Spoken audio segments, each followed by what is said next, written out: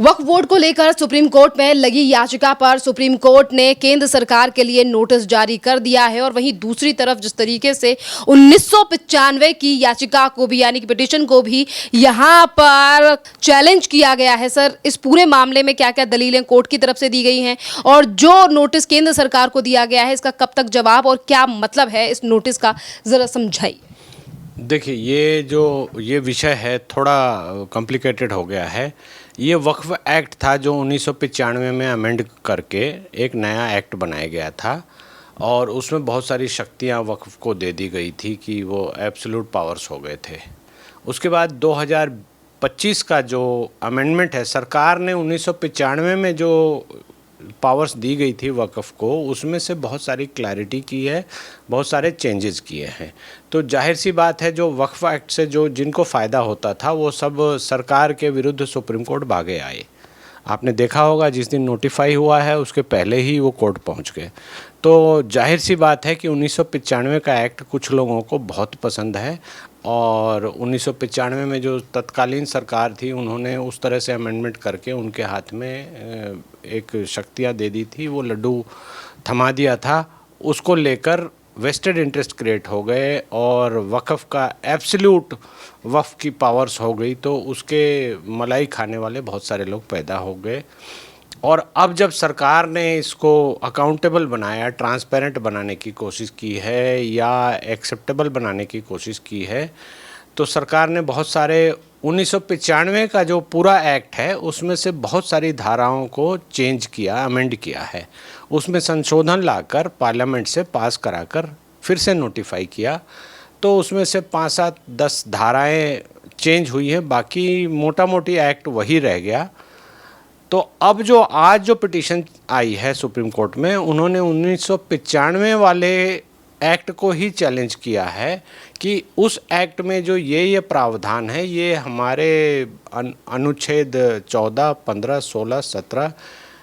जो हमारे संविधान का है, जो कि समानता का अधिकार देते हैं या धार्मिक स्वतंत्रता देते हैं, उन सब को वो 1995 का एक्ट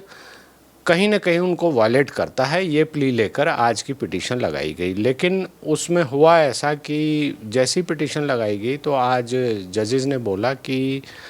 अब आप इतनी देर से क्यों आए हैं, क्योंकि इसके पहले जो पिटीशन एक 12-13 साल पहले लगी थी जो 1995 के एक्ट को चैलेंज किया गया था। जो लोग ये नहीं चाहते हैं कि भारत में वक्फ रहें, उन लोगों ने चैलेंज किया था। तो कोर्ट का जवाब देते हुए इन्होंने ये कहा कि इस पे सुनवाई हो रही थी, पहले भी प्लेसेस ऑफ वर्शिप एक्ट पे भी हम सुनवाई कर रहे थे,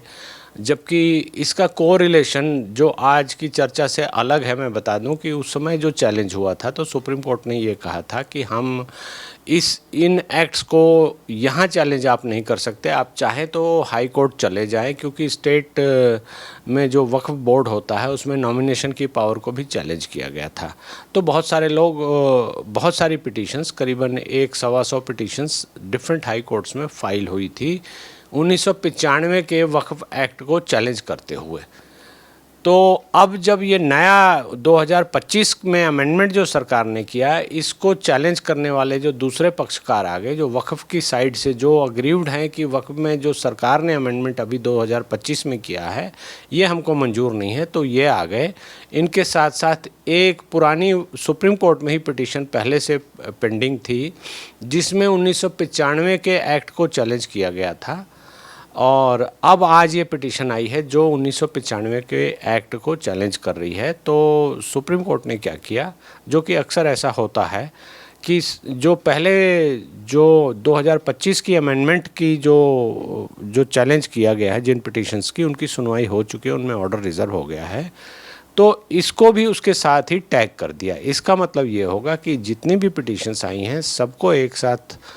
टैग करके सब पर एक आदेश लागू किया जाएगा। एक आदेश जब पारित होगा तो जाहिर सी बात है कि उसमें सारे पिटीशंस, जितनी भी ऐसी पिटीशंस है, वो सब कवर हो जाएगी। चूँकि सुप्रीम कोर्ट इस चीज़ को जानता है, पहले से सुप्रीम कोर्ट के सामने ये बात आ चुकी है कि बहुत सारी पिटीशंस स्टेट वक्फ बोर्ड के नॉमिनेशन को लेकर बहुत सारे हाई कोर्ट्स में हैं, तो जब सुप्रीम कोर्ट इस पे एक अथॉरिटेटिव जजमेंट देगा तो जाहिर सी बात है कि उससे अफेक्ट हो जाएगा जो भी हाई कोर्ट की जितनी भी पिटिशंस होंगी वो कहीं ना कहीं डिसाइड मानी जाएंगी और डिसाइड भी हो जाती है। ऐसा होता है कि सुप्रीम कोर्ट की एक ऑब्जर्वेशन जब आ जाती है तो हाई कोर्ट उससे बाध्य हो जाता है और जो वो पिटिशंस चल रही है उन पिटिशंस पे उसका असर पड़ जाएगा और जो भी high court respective high court होती है वो ऑब्जर्वेशन को देखते हुए एक कॉमन ऑर्डर से या एक ऐसा ऑर्डर पास हो जाता है, क्योंकि सरकार हर जगह कंटेस्ट करती है। आप देखेंगे जो संरचना हमारे कानून में होती है कि हर जगह सरकार के खिलाफ वो पिटीशन डाली गई है, चाहे वो हिंदू पक्षकार डालें वो भी सरकार के खिलाफ डाली जाती है, चाहे वो मुस्लिम पक्षकार डालें वो भी सरकार के खिलाफ डाली जाती है। तो सुप्रीम कोर्ट में भी सरकार इसको डिफेंड कर रही है, दोनों साइड को। 1995 वाले को भी डिफेंड करेगी कि ये एक्ट सही है और 2025 वाले को भी डिफेंड करेगी कि जो हमने किया वो सही है। इसके साथ साथ जो हाई कोर्ट में रेस्पेक्टिव हाई कोर्ट्स में जो पिटीशन लगी है उनको भी सरकार ही डिफेंड कर रही होगी, सरकार ही करती है। तो जैसे ही सुप्रीम कोर्ट से कोई आदेश पारित होगा या कुछ होगा तो सरकार के पास सारे आदेश होते हैं, उनको वो जाकर उन रिस्पेक्टिव हाई कोर्ट्स को बताएगी कि ऐसा ऐसा आदेश हुआ है और इस हिसाब से ये पिटीशन आप डिसाइड कर दीजिए। तो वो पूरा यूनिफाइड है। हमको देखने में वो एक तरह से हफाजाट लगता है कि अलग अलग हाई कोर्ट्स में हैं, पिटिशंस हैं, बहुत सारी कॉम्प्लिकेशंस हैं। ऐसा कुछ नहीं है, सब बड़े अच्छे से ऑर्गेनाइज्ड होता है। चूँकि सरकार एक पक्षकार है जो डिफेंड कर रही है, तो सरकार जब ऑर्डर होगा तो सरकार हर हाई कोर्ट को ऑथराइज कराएगी कि ये ऑर्डर हुआ है और इसके बारे में ये आदेश आप पारित करें। अब इसमें जो एक इंटरेस्टिंग पोजीशन आ रही है, आप देखेंगे कि 1995 की सरकार कोई और थी जिन्होंने अमेंडमेंट करके वक्फ बोर्ड वालों को ऐसी पावर्स दी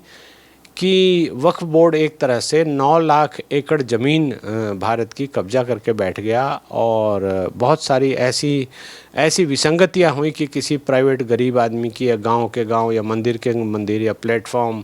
या कई बार हमने सुना है कि पूरा सुप्रीम कोर्ट या पूरा राष्ट्रपति भवन वक्फ के अंडर आया हुआ है, वक्फ बाई यूज़र की पावर दे दी, बहुत सारी दे दी पावर्स। तो उसको भी सरकार डिफेंड करेगी। पहले वाली सरकार तो जो करनी थी वो चली गई, वो यूपीए की सरकार थी, अब एनडीए की सरकार है, लेकिन मजबूरी ये है कि सरकार को कंटिन्यूटी में डिफेंड करना पड़ता है, तो उस चीज़ को डिफेंड करेगी। साथ साथ 2025 में जो सरकार ने अमेंडमेंट किया है जिसमें कि सरकार ने कहीं ना कहीं ये स्टैंड लिया है कि 1995 का जो अमेंडमेंट था वो गलत था,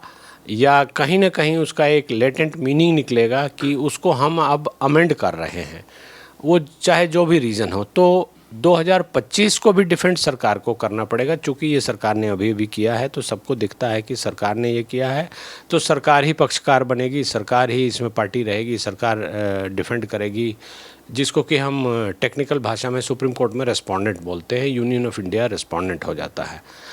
तो ये बड़ी इंटरेस्टिंग चीज़ है और अब देखते हैं, चूँकि उन पिटिशंस में सब में जो पहली पिटिशंस 2025 को लेकर या 1995 को लेकर जो पिटिशन पेंडिंग थी उस सब पे बहस हो चुकी है, अच्छे से बहस हो चुकी है। 3 जजों ने उसको सुना, उसके बाद वो रिज़र्व हो गया ऑर्डर के लिए। तो अब देखते हैं कि सरकार सुप्रीम कोर्ट क्या इस पे ऑर्डर देगी। अभी वेकेशंस है तो जजेस को समझ में आ जाएगा कि ये कैसे देखना है, कैसे समझना है, और उसके बाद डिटेल में ये ऑर्डर आएगा, तो हम उसका इंतज़ार करते हैं। सर देखिए, अभी वेकेशन है जैसा कि अभी आपने जिक्र किया, और अभी जो तमाम याचिकाएं जिन पर सुनवाई को लेकर बात हो रही है, इससे पहले भी सुप्रीम कोर्ट में जो विपक्ष की जो तमाम विरोध में डाली गई याचिकाएं थी उन पर भी सुनवाई हुई, और उस दिन भी कपिल सिब्बल ने कहा कि वक्फ जो कानून लाया गया है ये ज़्यादा कुछ नहीं, ये सिर्फ और सिर्फ ज़मीन हड़पने के लिए चीज़ें की जा रही हैं। तो 2 तरीके की लड़ाई जो है वो आज सुप्रीम कोर्ट में चल रही है। देखिए, जो आज की पिटिशंस है उसका भी मूल भाव यही निकलेगा कि जब सारी ज़मीन सरकार के अंदर में है और सरकार ही, जैसे मेरी मिल्कियत है कोई, जो मेरी ख़ानदानी ज़मीन है वो है, उसके अलावा सब कुछ सरकार का है, चाहे गांव का रास्ता हो, चाहे कॉमन लैंड हो, चाहे जो भी हो। तो वहाँ पर अब वक्फ क्या होता है कि जैसे जो मेरे दादा थे वो, उन्होंने मेरे पिताजी को ज़मीन दी, पिताजी से मेरे पास ज़मीन आई, तो अब क्या होता है कि कोई एक आदमी वक्फ बाय यूज़र का मतलब ये निकलता है कि कोई एक एविडेंस लानी होगी कि उन्होंने इस दिन को कहा था आज से 100 साल पहले, 150 साल पहले, 200 साल पहले कि ये ज़मीन मैं समाज को देना चाहता हूँ और